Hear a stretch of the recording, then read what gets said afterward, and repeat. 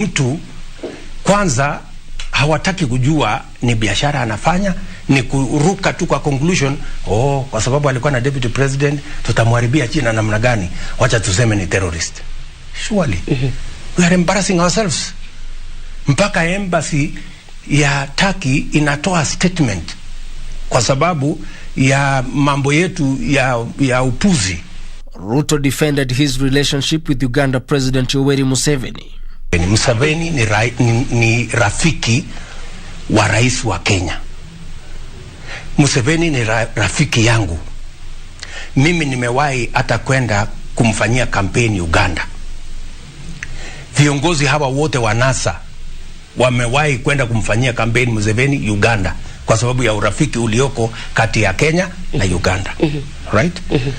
Inawezekanaje kwamba ni sawa Museveni kuwa marafiki ya hawa wangwana wote, lakini akiwa naibu wa rais inaleta shida? Political commentators have queried the DP's regular trips to Uganda, with the latest incident appearing to provide fodder for those opposed to his political ambitions.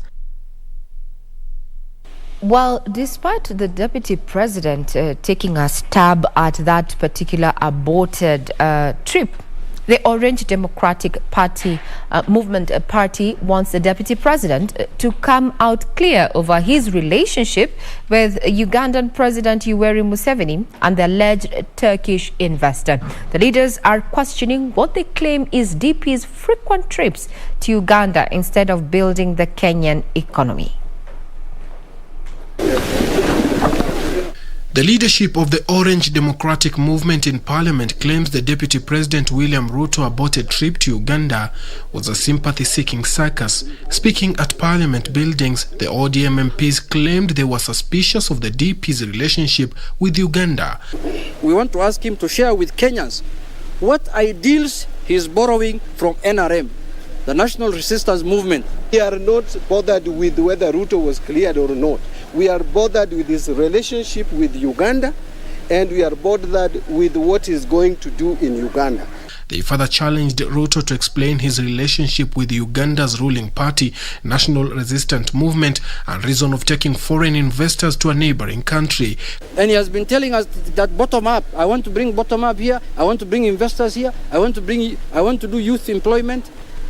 I want to alleviate problems of the youth, and you are taking the investors who are supposed to employ Kenyans here to Uganda.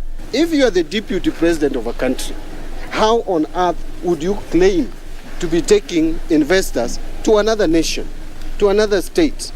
That is completely a sign of lack of patriotism. However, Kapseret MP Oscar Sudi, who was to join the DP in the trip, said that the mission was for benchmarking. Tumeenda benchmarking kwa chama Museveni kama mara 3.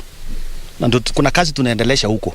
Sisi tunataka tujenge chama kama ile ilikuwa ya Jubilee, lakini kwa style zingine tofauti. Saa hizi wanasema ati mimi kufaa yellow I'm associated with the flag of Uganda, or UDA is associated with the flag of Uganda. This was a private visit to Uganda, and I want to believe that the deputy president was not using resources from the government. He was using his own personal resources. Sudi defended Harun Aydin, the Turkish investor branded a terrorist, saying he is an investor who has interest in the horticulture industry. Wao ni wanabiashara wakubwa. Now, the Council of Governors is accusing the Controller of Budget of blocking funds to counties, warning that it will deal a big blow to the war against the COVID-19 pandemic. The Council says it is unfortunate that counties were being denied funds due to pending audit queries, yet they are expected to lead the war against the pandemic. Now, based on the current state of COVID-19, the Council says it might be forced to scale down on the number of delegates who will attend the devolution conference slated for the 23rd to the 26th of this month in Makueni. The Council of Governors is now warning that counties are cash-strapped and might not be able to address the dire COVID-19 situation facing the country. There is an increased pressure from emerging variants, such as the Delta variant and others, that are proving to be more transmissible and violent. These variants have contributed significantly to the surge of infection rates noted in Western Kenya region. However, the region has been overtaken by the following 6 counties, which have reported the higher number of infections. The council directing blame on the controller of budget, it claims has blocked the release of funds by Treasury due to pending audit queries. It says that was beyond its limit.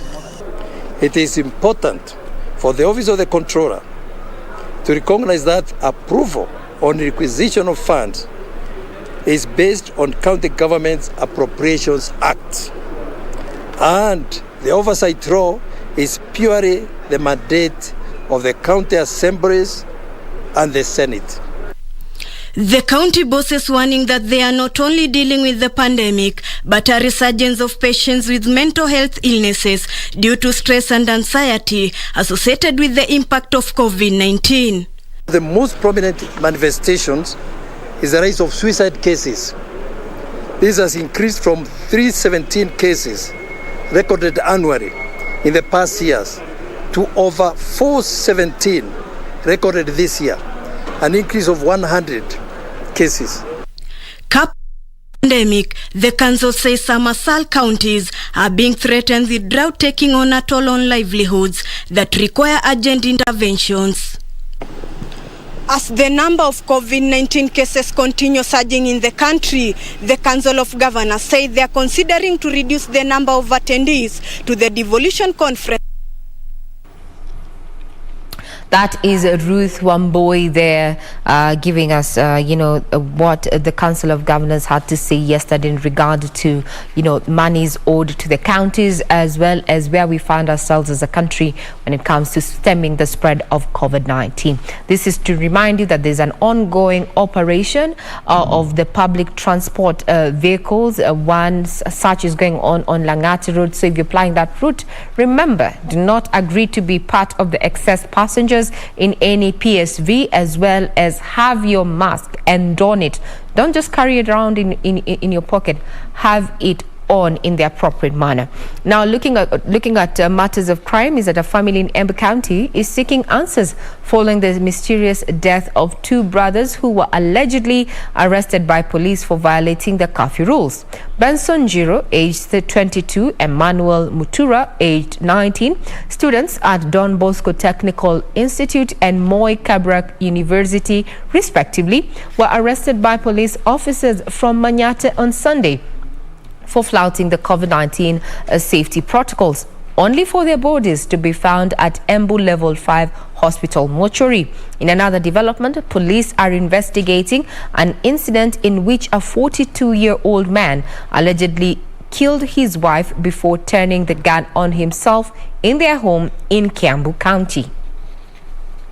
At the EMBU North Police Station, the pain on their faces tells it all. Young soul's life cut short. Benson Njiru, a 22-year-old, and Emmanuel Mutura, 19-year-old, are no more. Felix Viga Ango to the deceased say that the two were selling pigs meat at Kianjakoma Trading Center when they were arrested. The mystery surrounding their death still unanswered. The family claims police took them in circles before they were informed that police in Runyenjes had collected 2 bodies, which were at EMBU Level 5 Hospital mortuary. Parents came to Manyata police station to ask. They were told nothing. When they went to Runyenjes, it is DCI Runyenjes who assisted them. He told them 2 bodies were corrected. They can go and check at EMBU mortuary. We went there, and true, we found the bodies there. Ngaruya, however, said an inquiry file has been opened. An investigation surrounding their death is ongoing. Na wakaweza kuruka gari ikitembea, na kama tunavyojua kwamba gari ikitembea katika mwendo, hakika ukianguka either uumie ama upoteze maisha. Elsewhere, detectives are investigating an incident where a 42-year-old man is alleged to have killed his wife. before killing himself at their home in Kiambu County. Na hata wakiwana na mkundi bado tumekuwa tu pamoja, hata hii boma ikijengwa, we have been together with Jerry, na sisi tumeshtuka sana kusikia hiyo kifo, imetustua sana. Juu ni watu walikuwa wamependana sana na mapenzi yenye hata mtu hata angeamini ati itafika hapa. According to police, Jonathan Mukundi Gashunga, who was a licensed firearm holder, is said to have shot his 30-year-old wife in the head before taking his own life using the same weapon. The Madam Jerry was shot three times at the head. Yeah, and the man also shot himself at the head. They were all lying in their one bedroom. The motive behind the incident could not be immediately established. And police in Nambale sub-county have launched investigations into the death of Kisoko Girls High School watchman who was allegedly murdered by armed robbers. Nambale OCBD Walter Abondo said that the 62-year-old was hacked to death by the robbers who managed to steal one computer.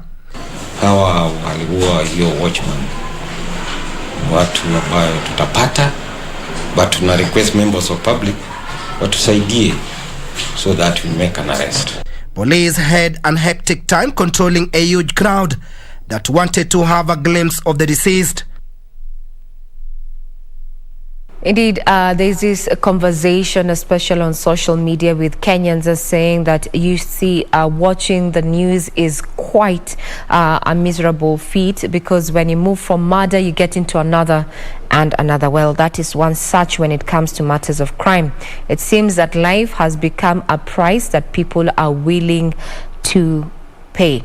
We'll be keeping tabs on what is happening on the three stories that we have just highlighted for you there. The two sons of EMBU whose family is seeking justice, and yesterday were demonstrations in EMBU town in regard to their condition or the state. They were found at the EMBU hospital mortuary there just some days after allegedly being arrested by Manyata police there. Further on that particular story that happened in KIAMBU County between the 42-year-old man and his 30-year-old wife there is also something that we're going to be keeping tabs on as the authorities continue carrying out their requisite investigations. Now to some rather cheering, or rather just setting the pace when it comes to women scaling the heights, is that now women are increasingly venturing into once male-dominated professions and shredding the gender stereotypes in employment.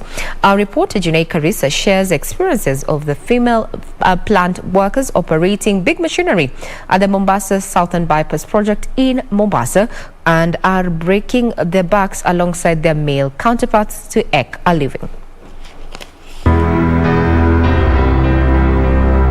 For 29 months, the Dongo-Kundu Ocean Stretch has witnessed a beehive of activities as the Kenya National Highways Authority races against time to build two bridges at Mwache and Nteza to complete the 27-kilometer dual carriageway stretch that is slowly taking shape. It is an ongoing 4-year project meant to connect the counties of Mombasa and Kwale. It is here that we come to ascertain whether women can thrive in a male-dominated profession, particularly in matters roads and bridges. It has been a major source of employment for the skilled and unskilled locals here, both men and women. Remarkably though, of the 102 plant operators, 21 of them are women who in recent years are increasingly venturing into male-dominated careers.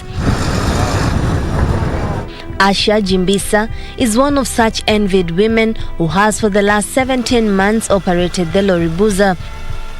Her passion to do what men do was awoken in high school by the sight of a female tout a decade ago. Nikapenda na ule moyo pia mimi natamani nifanye kama vile, kwani wanaume peke yao kwani wanawake tusijitokeleze, unaona. Her breakthrough in operating big machines came after 2 years in the matatu business when she got employed by the Railways and Bridges Corporation. Nikajenga nyumba yangu ya room 9, kafanya shimoni miezi 8. HR kaniita, kuna watakana nani mwanamke sasa. Even though she was not discriminated for being a woman when seeking jobs that are traditionally male-oriented, her two co-workers operating the rollers experienced it. Irene Wambua landed her first formal employment with the authority after tamaking for 4 years. Despite her abilities, Wambua says she had to go the extra mile to prove to her employers that she could do as good as a man. As a lady, kuna wenye wanakuuliza kweli utawezana. From you wewe unajua unaweza, lakini mtu anakuuliza utaweza kweli. So was the case for Nancy Mugoro, a ship-foot roller operator who says many Kenyan employers need to be disabused of the notion that only men can do certain tasks. Getting a job kama huko kwa China it's better because wao atakuita interview, mwenye atafanya kazi vizuri ndiye anapata, lakini out there it's not easy because si wote wanakuingiza just because umejua wewe unachukua pesa. At the precast yard along the Dongo Kundu Highway, Gladys Kamau operates the forklift with ease. Having graduated as the only lady in her class in 2014, Kenha has become her first formal employer after hustling for close to 7 years. Growing up, this has never been my plan. Toka nikiwa shule, I used to admire big machines, so finally nilijipata tu hapa. Since I'm a lady, kuna kitu neza ambio ni bebe and it's very delicate. So kila mtu wako hapo. Kila mtu wako like atatoboa, you know. Project engineer Samuel Ogege says Kenha strives to meet the 30% youth and women threshold and urge the locals to embrace training opportunities offered by the authority to access better jobs. If we basically come and do the road and leave and don't improve the skills of the local people,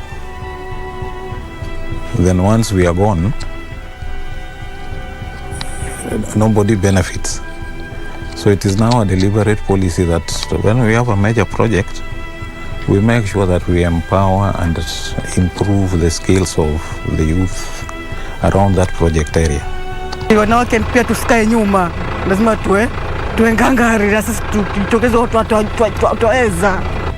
It may sound as a cliche, but what a man can do, a woman can also do, if only they are given a chance. Juni Karisa Mbele from the Mombasa Southern Bypass in Mombasa County.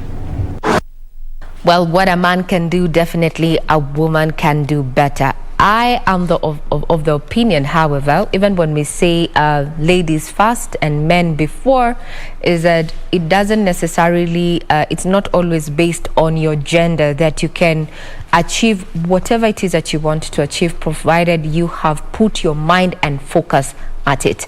Gender has nothing to do with anything as far as I'm concerned, and even facts and biology, there are only few things that men can do and women can do, but lots of stuff that men can do, that women can do and men can't.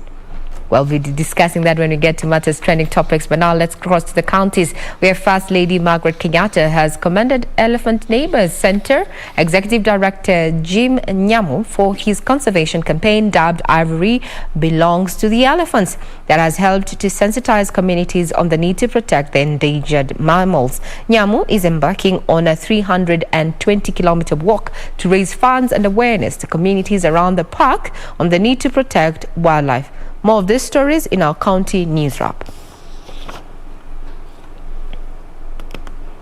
Delivered by Eva Minor of the Office of the First Lady during the flag-off of a 320-kilometer walk that will see Nyamu trek for 10 days from the Kenya Wildlife Service headquarters in Lang'ata to Amboseli in Kajiado County. First Lady Margaret Kenyatta lauded the conservationist for his commitment. On his part, Nyamu thanked the First Lady for the contribution to Kenya's conservation efforts, saying her involvement led to several policy reforms. Why elephants? Elephants are keystone species. We call them flagship species. They are the point for conservation. And we say why we conserve elephants. We are conserving elephants for posterity and even for us ourselves, because where we have elephants, we have clean habitats where we get water. For pastoralism, they live with wildlife. So if we conserve elephants, we know there are some areas that are well protected for them to graze in. Elsewhere, former Lugari MP CYRUS Jirongo has been acquitted of forgery charges relating to a piece of land he bought in Upper Hill, Nairobi 30 years ago. The court terminated the charge, noting that the charges were defective and ordered JIRONGO's bail refunded. We are satisfied and we are happy on behalf of Honorable CYRUS JIRONGO that justice today has been done and the political contestation shall proceed, and the criminal law should not be used as a way to deal with politicians who do not agree with the state. And Mwingi North MP Paul Zengu has urged the national government to consider supplying Kitui residents with relief food, saying the drought situation on the ground was worrying. We had expected that in this region of ours that we will get food enough to push for the next till the next rainy season, which starts in October. Unfortunately, there has been total crop failure. Meanwhile, leaders from Samburu, Isiolo, Laikipia and Baringo counties have hailed the Ujuzi Manyatani program being rolled out in the counties by the Northern Rangelands Trust, saying it will equip local youths with life skills that will provide a source of livelihood and discourage harmful practices like cattle rustling. Naona hii initiative imesaidia sana kuweza kubadilisha mienendo ile ya zamani ya cattle rustling, na pia imesaidia sana kwa maneno ya kuleta amani katika sehemu yetu. Finally, head teachers across Homa Bay County have expressed concerns over bulging students' population against the available infrastructure, having to admit double the school's capacity. They are worried that this could affect students' performance. Don't have enough classrooms. As we speak right now, there is funding that we receive from the Ministry of Education for infrastructure improvement. We already our plans are underway. We want to construct 4 classrooms. National Assembly Broadcasting and Library Committee has lauded the Kenya Broadcasting Corporation for embracing the new and improved technology in its quest to remain afloat in the market. Now speaking during their 3-day tour of the satellite transmission stations at the coastal region, the board and the National Assembly Committee commended the state broadcaster for the zeal to ensure that it maintains international standards. Broadcasting and Library Committee made a tour of the satellite stations at the coast to assess the state's broadcasters' ability to serve the region. Speaking during the tour, the committee's chairperson, Justice Kizito, said the corporation has a state-of-the-art infrastructure that must be harnessed to boost its broadcast capabilities. I want to call all Kenyans of goodwill. Let us pull together to also help KBC to make sure that KBC can also get to that level of BBC, because we are seeing they're doing a good job. And the members are here. I think they also appreciate. They have appreciated, and we are very grateful, and saying that going forward, we are proud that Kenya has at least network transmission. It can transmit, and we have seen even BBC, we have seen France International or Canal France channels and all this, and China and all this. So we are seeing that Kenya has this kind of facility, capacity to transmit across the nation. The committee called on Kenyans to support the state broadcaster in its quest to give them quality programs. A committee member, Paul Zengu, said the parliament has partnered with the state broadcaster to enable Kenyans understand the operations of the August House. There are 2 stations that we have visited. They have the modern. They have really modernized the transmission. So I believe that when the parliament partners with KBC on transmission of bunge or parliament business, we are not going to be disappointed. We have witnessed that BBC and other international radio stations and channels are using the infrastructure, and for that reason, we believe that KBC is in the right direction. So we really appreciate the infrastructure is amazing. Speaking on behalf of the board of directors of KBC, Charles Mulila, who is a board member, said the state broadcaster will continue to improve its brand as it endeavors to scale the heights of international standards. Place some 10 brand new transmission stations that have been sponsored by the Spanish government under the APD1 program.